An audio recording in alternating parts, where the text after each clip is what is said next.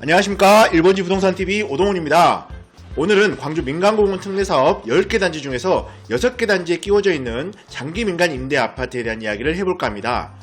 광주 민간공원 특례사업지 10곳 중에서 1단계 사업인 마륵공원, 봉산공원, 송원공원, 수랑공원에는 임대 아파트가 없고 2단계 사업인 우남산공원, 일곡공원, 신영공원, 중앙공원 1지구와 중앙공원 2지구, 중회공원에는 임대 아파트가 있습니다.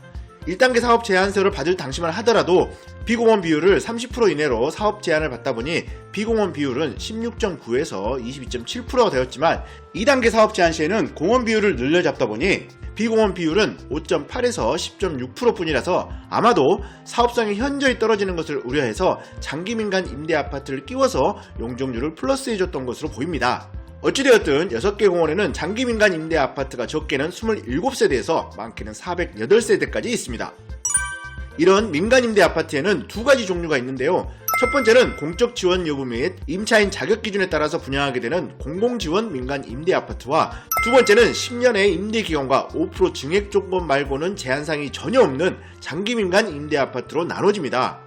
지금까지 보편적으로 봐왔던 민간 임대 아파트는 공공지원 민간 임대 아파트였고 민간공원 특례 사업에서 임대로 공급하는 건 장기 민간 임대 아파트입니다. 공공지원 민간 임대 아파트는 대라수나 대성베릴, 진아리치에서 공급했던 것으로 신청 자격도 우선 공급과 일반 공급으로 나눠지고 임대 금액도 우리가 생각하는 전세 금액 정도였지만 최근 민간공원 특례 사업에서 공급된 장기 민간 임대 아파트는 전혀 다릅니다. 신청 자격 구분은 당연히 없고 전세 금액도 살짝 황당하죠. 광주 민간공원 특례 사업 중 24년 6월 첫 번째로 임대 아파트를 공급한 위파크 일곡공원은 임대 보증금이 살짝 황당합니다. 84 A타입으로 전세형으로 계약하게 되면 임대 보증금은 5억 5,300만원이고 입주 시에 확정 분양을 받는 조건으로 5,700만원을 매매 예약금으로 별도로 받습니다. 이렇게 하면 10년 동안 임대보증금 증액 없이 거주하면서 10년 후 확정 부동을 받는다지만 임대보증금과 매매 예약금을 포함하면 6억 1천만원이라서 같은 타입의 같은 층 분양금액인 6억 870만원보다 더 높죠.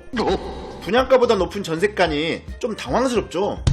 얼마 전 24년 11월 두 번째로 임대 아파트를 공급해 분양 일정이 진행 중인 중앙공원 롯데캐슬의 경우에도 위파크 7공원만큼은 아니지만 상당히 높은 전세금입니다. 84 A타입 전세형 표준 임대료는 1층 5억 4,900만원부터 20층 이상 6억 4,100만원까지 상당히 높죠.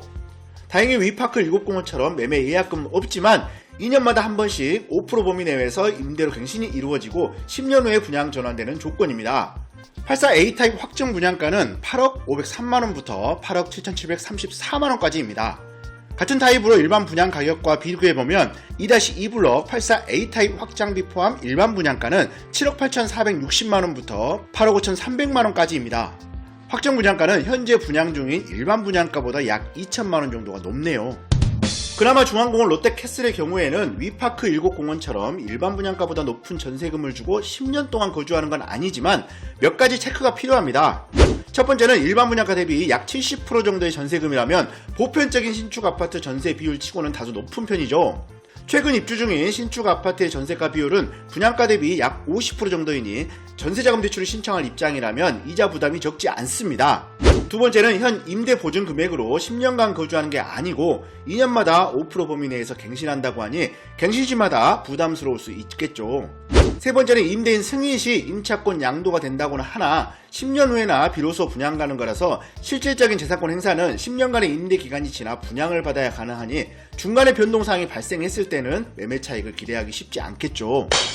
결과적으로 중앙공원 롯데캐슬은 A급 아파트를 10년에 걸쳐 분양받는데 분양대금의 70%를 납부하고 입주가 시작되며 나머지 30%는 10년간 거주하면서 나눠내는 개념입니다. 제가 너무 단점만 말씀드렸을까요? 말씀드린 조건에 오케이 하셨다면 장점도 상당하죠. 우선 계약금이 4천만원이면 가능하고 청약 조건도 따로 없고 10년간 살면서 재산세 부담, 건강보험료 상승 부담이 없는 상태에서 주택수에도 포함되지 않아 유리하겠죠. 가장 큰 장점이라면 분양받기엔 부담스러운 중앙공원 롯데캐슬이지만 전세로 살아보고 싶은 분에게는 지금 나오는 임대아파트가 아니라면 전세 물건이 그리 많지 않을 거라는 예상입니다.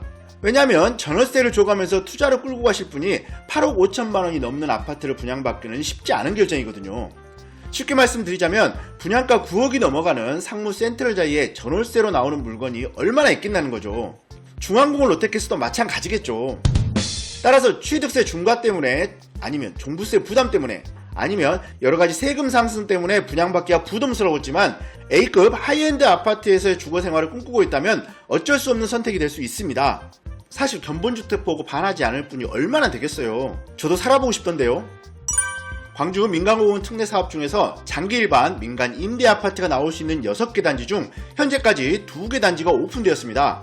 나머지 4곳도 임대 분양 공고가 나오겠지만 공적 지원을 받아 저렴하게 임대 분양되는 공공지원 민간 아파트가 아니라는 사실은 반드시 예상하고 있어야 할 것으로 보입니다. 앞으로 분양될 민간공원 특례사업지의 장기 민간 임대 아파트는 25년 4월 입주하는 신용공원 산이공원 신용파크의 27세대, 26년 8월에 입주 예정인 중앙공원 이지구 위파크 더 센트럴의 20세대, 27년 6월에 입주 예정인 우남산공원 우미린의 74세대, 또한 아직 착공하지 않은 중해공원 힐스테이트 1블럭의 246세대가 기다리고 있습니다. 남아있는 임대아파트도 역시나 저렴한 임대 조건에 확정 분양을 약속해줄 아파트는 없을 겁니다. 다만 현재 주택수가 2개 이상이라서 자녀세대를 분양받았을 때 취득세가 중과되는 게 불편하신 분이라면 한 번쯤 임대아파트를 고민해보셔도 좋을 것으로 보입니다. 하지만 개인적인 생각은 분양가에 육박하는 전세금을 주고 10년을 기다리는 것보다는 적당한 가격에 전세로 거주하면서 재개발 입주권을 매수해 내 집을 기다리는 것이 더 빠른 결정이 아닐까요? 광주의 진짜 하이엔드는 광천동 재개발에서 실현될 것이고 입주는 2030년쯤 가능하니 2027년에 입주해서 2023년에나 분양 전환될 중앙공원 롯데캐슬보다는 7년이나 재산권 행사가 빠릅니다. 오늘 준비한 영상은 여기까지입니다. 오늘 소식이 유익하셨다면 구독, 좋아요, 알림 설정 부탁드리고요. 지금까지 1번지 부동산TV의 오동훈이었습니다. 감사합니다.